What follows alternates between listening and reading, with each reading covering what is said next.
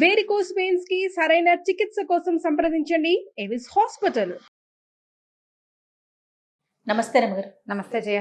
రమగారు, మనము last time ఒక వీడియోలో లలితా సహస్రనామం గురించి చేసుకున్నామండి. 2 years అయింది. చాలా రోజుల క్రితం. ఎలా చదవాలి, ఏ విధంగా దానికి అనుసరించాల్సిన నియమ నిబంధనలన్నీ చదువుకున్నాం, మాట్లాడుకున్నాం. విష్ణు సహస్రనామాలు కూడా చాలా మంది విష్ణు సహస్రనామాలను కూడా చదువుకుంటూ ఉంటారు ప్రతిరోజు కూడా అనునిత్యం. వీటికి సంబంధించి విష్ణు సహస్రనామాలు చదివే ముందు కానీ చదివేటప్పుడు కానీ ఏమన్నా అంటే ప్రత్యేకించి జాగ్రత్తలు కానీ పాటించాల్సిన పద్ధతులు కానీ ఏమన్నా ఉన్నాయా? విష్ణు సహస్రనామం నిత్యం పారాయణ చేసుకోగలిగేది. లలిత 20 నిమిషాలు పడుతుంది, విష్ణు సహస్రనామం 10 నిమిషాలు పడుతుంది. గబగబా చదివేసుకుంటే ఏ సహస్రనామం ఏ స్తోత్రానికైనా మొట్టమొదట మనం 2 కీ పాయింట్స్ తెలుసుకోవాలి జయ. ఏదైనా సరే వాచా దోషాలు లేకుండా చదివితేనే ఫలితం లభిస్తుంది, మొదటిది. రెండోది, ఫలితాన్ని దేన్నో ఎక్స్పెక్ట్ చేసి చదవకూడదు. ఇప్పుడు మాకు వాచా దోషాలు ఎలా పోతాయండి, ఇలాగే వచ్చు, దేవుడిని ఎలా పిలిచినా పలుకుతాడండి, దేవుడికి మనకే ఆ నియమాలు, మానవులకే కానీ భగవంతుడి కాదు, భక్తిభావం వల్ల భక్తిభావానికే భగవంతుడు పలుకుతాడు అని చెప్తారు. అవును, అక్షరాల నిజం. నేను అస్సలు దాని నుంచి పక్కకే వెళ్ళను. భక్తి చాలా అవసరం. కృష్ణ అనుకో, విష్ణు రామ అనుకో చాలా సులువు, ఒక్క అక్షర దోషం రాదు కదా. ఇంకా కృష్ణ అనేటప్పుడు కాకి వట్రవుసుడి పెట్టాలా, కా గుడిస్తే కీ పెట్టి కింద రావతి క్రీ అనాలా, క్రూ అనాలా, డౌట్లు ఉంటాయి. రామకి ఏ అనుమానము లేదు కదా, చక్కగా చిన్న పిల్లలు కూడా అనగలరు కదా రామా అని 100 సార్లు అనుకుంటే చాలు. మీరు విష్ణు సహస్రనామం ఎందుకు తీసుకున్నారు? భగవంతుని యొక్క 1000 నామాలని, అవి చదివితే ఆయనకి ప్రీతని, వాటిని చదవటం వల్ల ఒక ఎనర్జీ డెవలప్ అవుతుందని, అది మనకే కాకుండా మన చుట్టూతా ఉన్న వాతావరణానికి కూడా ఉపయోగపడుతుందని ఈ భావంతో వెళ్ళాలి. దానివల్ల ఫలానా ఫలితం వస్తుందని వెళ్ళకూడదు. ఫలానా ఫలితాలు నువ్వు సహస్రనామం చదవగానే నీకు ఇవ్వడు భగవంతుడు. నీకు ఫలితాన్ని ఇచ్చేది భగవంతుడు కాదు, నువ్వు లోపల ఎలాంటి భావంతో చదువుతున్నావో ఆ భావం, నువ్వు ఎలాంటి శబ్దాన్ని ఉచ్చరిస్తున్నావో దానివల్ల ఉత్పన్నమయ్యేటువంటి ఎనర్జీ, అది నీ పాజిటివిటీని పెంచుతుంది. విష్ణువు సులభ సాధ్యుడు కాదు. ఆయన చాలా ప్రార్థించి నా వల్ల కావట్లేదు, నేను చచ్చిపోతానంటేనే వస్తాడు. మనకు తెలిసిన అన్ని కథల్లోనూ ఇలాగే కనపడుతుంది. పురాణ గాథలను అనుసరించే కథ. నామాలు చదివేటప్పుడు చక్కగా దోషాలు లేకుండా నేర్చుకోండి. అమ్మ, మిమ్మల్ని భయపెట్టడం అయితే నా ఉద్దేశం కాదు. ఏది చేస్తున్నామో దాన్ని త్రికరణ శుద్ధిగా చేయండి, దానివల్ల ఫలితం లభిస్తుంది. ఫలితం ఒక్క రోజున ఇలా పైనుంచి ఊడి పడిపోదు, నిదానంగా వస్తుంది. అసలు ఫలితం ఆశించకుండా భగవన్నామాలు చదువుకుంటే వచ్చే సంతృప్తి, సంతోషము, వాటి వల్ల మనకి కలిగే ఆనందము, దానివల్ల ఉత్పత్తి అయ్యేటువంటి ఎనర్జీ చాలా ముఖ్యమైనవి. విష్ణు సహస్రనామం చదివితే రోజు బాగుంటుంది, సూర్యచంద్రుల గతి బాగుంటుంది. ఆ సౌండ్ వల్ల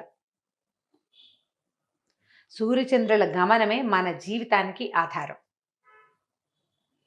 అత్యంత భక్తి శ్రద్ధలతోటి నువ్వు చాలా పూజ చేసినా చేయలేకపోయినా, బోల్డ్ పువ్వులు పెట్టు, బోల్డ్ నైవేద్యం పెట్టు, 11 కొబ్బరికాయలు కొట్టు, అయ్యో వడపప్పు లేకపోతే ఎలాగా అని వడపప్పు పెట్టు, పెట్టకపో మని పోని, చేసే నామాన్ని శబ్దంలో దోషాలు లేకుండా, వాచా దోషాలు లేకుండా పలకవలసిన విధంగా పలుకుతూ గనక చేస్తే దానివల్ల ఉత్పత్తి అయ్యే ఎనర్జీ ఏమిటో మీకు తెలుస్తుంది. నేర్చుకోండి. మొదట మంచి చక్కటి ఆడియోలు దొరుకుతున్నాయి, సెలెక్ట్ చేసుకోండి. ఎంఎస్ సుబ్బలక్ష్మి గారిని కనుక పెట్టుకుంటే ఆవిడతో పాటే నిదానంగా పరిగెత్తద్దు, తొలి రోజుల్లో పరిగెత్తద్దు.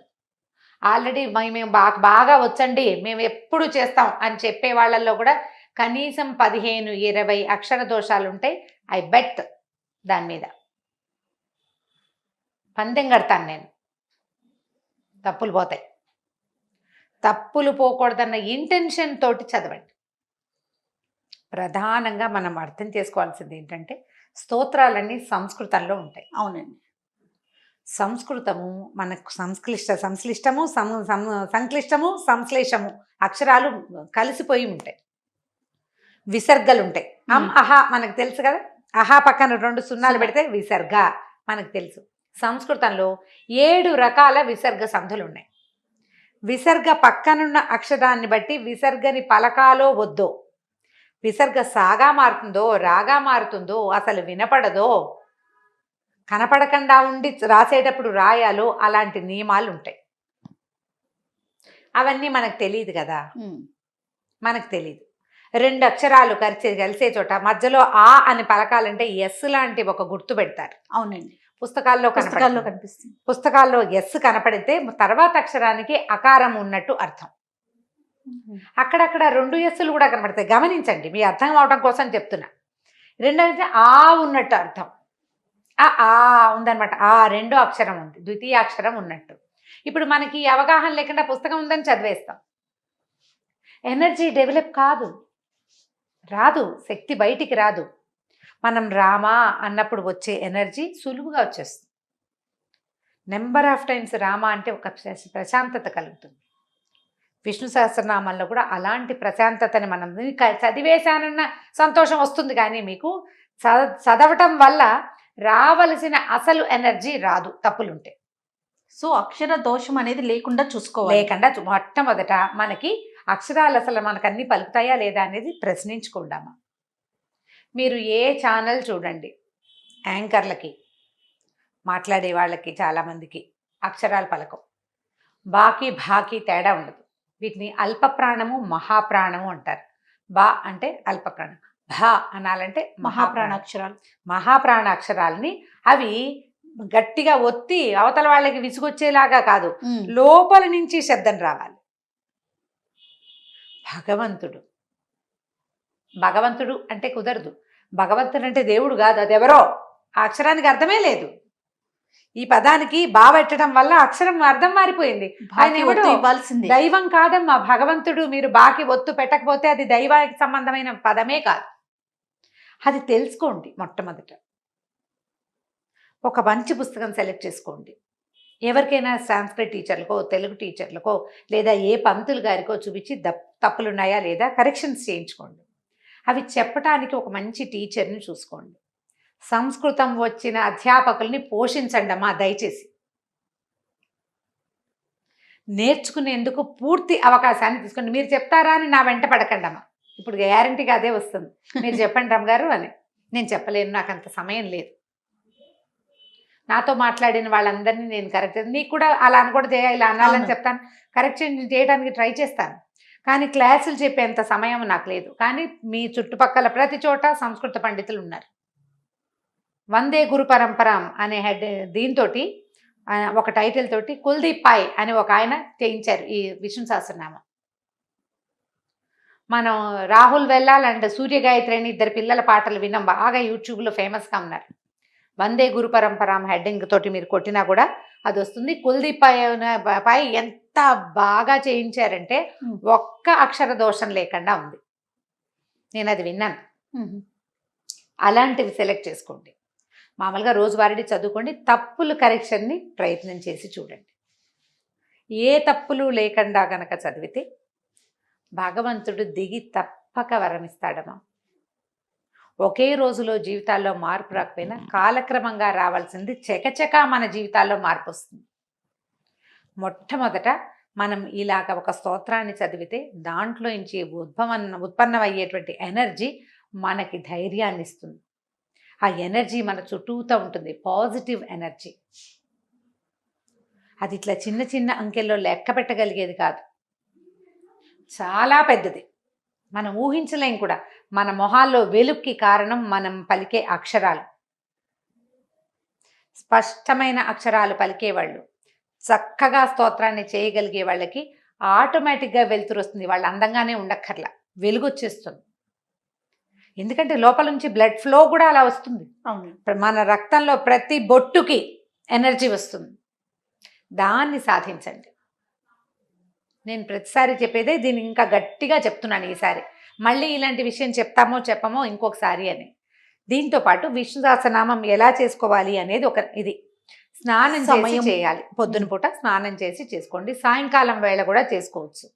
విష్ణు సహస్రనామం చేసేటప్పుడు తప్పకుండా లక్ష్మీ అష్టోత్తరం చదువుకోమని చెప్తారు. ఎందుకంటే అమ్మవారి నిత్యానపాయిని కాబట్టి అయ్యవారి స్తోత్రం చదివేటప్పుడు ఆమెను కూడా స్మరించుకుంటే కనుక లక్ష్మీనారాయణల కటాక్షం మన మీద ఉంటుంది.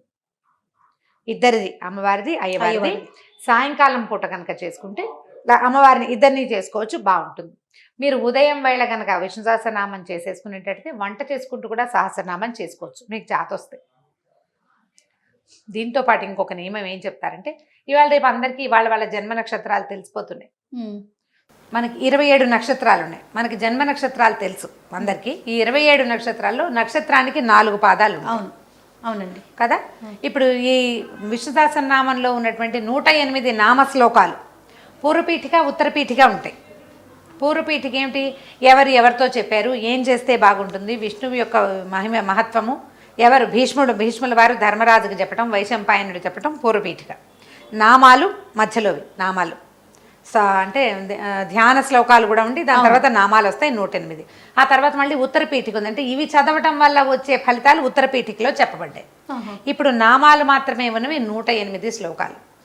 ఇవి మొదటి నక్షత్రం నుంచి లెక్క పెట్టుకోండి. మన నక్షత్రపు సంఖ్య ఏమిటి, నక్షత్రంలో మన పాదం ఏది, పాద సంఖ్యలు కూడా లెక్క పెట్టుకోవచ్చు.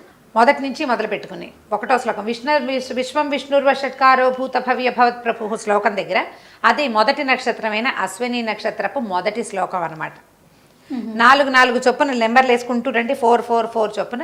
మీ నక్షత్రం ఎన్నో నక్షత్రమో చూసుకుంటే మీ నక్షత్రానికి సంబంధించిన 4 శ్లోకాలు కనపడతాయి. ప్రతి నక్షత్రానికి ఇది అని చెప్పట్లా, ఇది ఒక అవగాహన. ఈ రకంగా చదువుకోవచ్చు. మన నక్షత్రపు 4 శ్లోకాలని, ఇప్పుడు నాది ఆర్ద్ర నక్షత్రం, నీదేదో చిత్తా నక్షత్రం, ఇంకోది పొబ్బా నక్షత్రం, ఒక్కగలది స్వాతి నక్షత్రం. మన నక్షత్రానికి సంబంధించిన 4 శ్లోకాలని మనం గనక మొత్తం చదువుకోలేకపోయినా స్వామిని తలుచుకుని ఈ 4 శ్లోకాలు, తర్వాత శ్రీరామ రామ రామేతి రమే రామే మనోరమే శ్లోకం ఉంది కదా, ఆ శ్లోకంతో చదువుకుంటే కనుక, అంటే ఒకసారి శ్రీరామ రామ రామేతి చదవటం మన నక్షత్ర శ్లోకం మొదటిది, మళ్ళీ శ్రీరామ రామేతి చదవటం 2వ శ్లోకం, మళ్ళీ శ్రీరామ రామ రామేతి చదవటం 3వ శ్లోకం, మళ్ళా శ్రీరామ రామేతి చదవటం 4వ శ్లోకం. ఈ 4వ శ్లోకం అయ్యాక కూడా మళ్ళీ శ్రీరామ రామ రామేతి చదువుకోవాలి. సంపుటీకరణ అంటారు దీన్ని. 4 మన శ్లోకాలు, 5 శ్రీరామ రామ రామేతి చదువుతాం. అట్లా కనుక చదువుకుంటే బ్రీఫ్గా చేసుకోవటం కోసం, మొత్తం చదవలేని వాళ్ళకి, పిల్లలకి మొత్తం చేయలేరనిపించినా కూడా, ప్రయాణంలో ఉంది పుస్తకం లేకపోతే కథ మనం మర్చిపోతాం లైన్ అని మీకు అనుమానం ఉన్న నక్షత్ర శ్లోకాలని 4ని సెలెక్ట్ చేసుకుని వాటిని ఇట్లా సంపుటిగా 5 సార్లు శ్రీరామ రామ రామేతి చదువుకోవటం, 4 మన నక్షత్ర శ్లోకాలు చదివి 9 శ్లోకాలే కాబట్టి సులువు. పిల్లలకు కూడా నేర్పించవచ్చు. దీనివల్ల కూడా విష్ణు సహస్రనామం మొత్తం చదివిన ఫలితం వస్తుంది. ఒక మెయిన్ శ్లోకం శ్రీరామ రామ రామేతి మనకొచ్చు, అందులో కష్టం లేదు, అక్షర దోషాలు రావు. మన నక్షత్రాలకు సంబంధించిన 4 శ్లోకాల్ని జాగ్రత్తగా నేర్చుకోండి, తప్పులు లేకుండా, అక్షర దోషాలు లేకుండా పిల్లలకి జాగ్రత్తగా నేర్పించండి. అది చదివినా కూడా దాని ఫలితం మనకి లభిస్తుంది. దానివల్ల ఎనర్జీ కలుగుతుంది మనకి. మీ సహస్రనామం చదువుకున్నప్పుడు పండో ఫలమో నైవేద్యం పెట్టడం, స్వామిని తలుచుకొని సాయంకాలాలు చేసినా అంతే. దీపారాధన సాధారణ నియమం ఏంటంటే అందరూ చేసేది, దీపం పెట్టుకుని చదువుకోవటం. పెద్ద పూజ నువ్వు ఇంకేమీ చేయలేకపోతావు. విష్ణు సహస్రనామం పుస్తకాన్ని కింద పెట్టబోకండి, నేల మీద పెట్టి చదవద్దు. ఏదైనా కొంచెం ఎత్తు మీద పెట్టుకోండి, ఓ పళ్ళెం పెట్టి పళ్ళెం మీద పుస్తకం పెట్టుకోండి, లేదా ఒళ్ళో పెట్టుకోండి. వ్యాసపీఠంలో పెడితే మరీ మంచిది. పూజకి ఒకవేళ మనం దేవుడి దగ్గర రోజు చదువుకునే పుస్తకాన్ని ఆ దేవతార్చన దగ్గరే ఉంచేసుకోండి, దేవతార్చన దగ్గరే ఉంచుకోండి. ప్రయాణాల్లోనూ అప్పుడు కూడా చదువుకోవచ్చు. వాటి పుస్తకాల కింద మీద పెట్టకుండా కాస్త జాగ్రత్తగా ఉంటే సరిపోతుంది. ప్రయాణంలో చదివితే ఏం చేయాలంటే, ఒకవేళ మన ప్రయాణంలో ఉన్నాం, కాళ్ళు కడుక్కోలేదు, స్నానం చేయలేదు, మనకు అనిపిస్తూ ఉంటుంది. దానికి అపవిత్ర పవిత్రోవా సర్వావస్థాంగతోపివా యస్మరేత్ పుండరీకాక్షం స బాహ్యాభ్యంతర శుచి అని ఒక శ్లోకం ఉంది. అపవిత్రుడైనా పవిత్రుడైనా సర్వావస్థాంగత, ఏ అవస్థలో ఉన్నప్పటికీ ఎవడైతే స్మరిస్తాడో, పుండరీకాక్షుణ్ణి స్మరిస్తాడో, వాడు బాహ్యము ఆభ్యంతరము అంటే బయట ఉన్న పరిస్థితుల్లోనూ లోపల ఉన్న ఆరోగ్య పరిస్థితుల నుంచి వాటి నుంచి శుచి అయిపోతాడు అని పుండరీకాక్ష అని 3 సార్లు చెప్పుకొని అప్పుడు ఇది నేర్చేసుకోవాలి, ఇవి చదువుకోవాలి.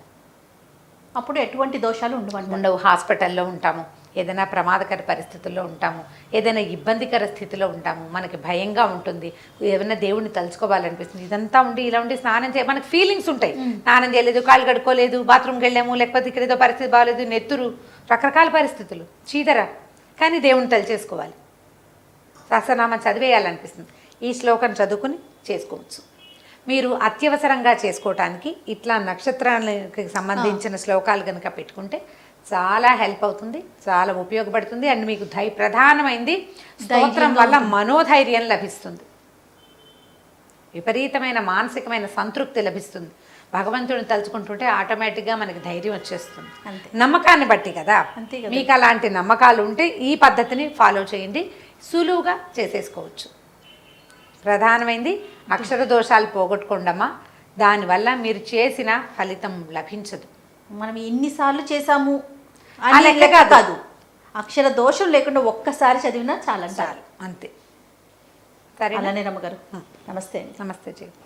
ఈ వీడియో కనుక మీకు నచ్చినట్లయితే లైక్ చేయండి, షేర్ చేయండి. మరిన్ని ఇంట్రెస్టింగ్ వీడియోస్ కోసం మా ఛానల్ని సబ్స్క్రైబ్ చేసుకోండి.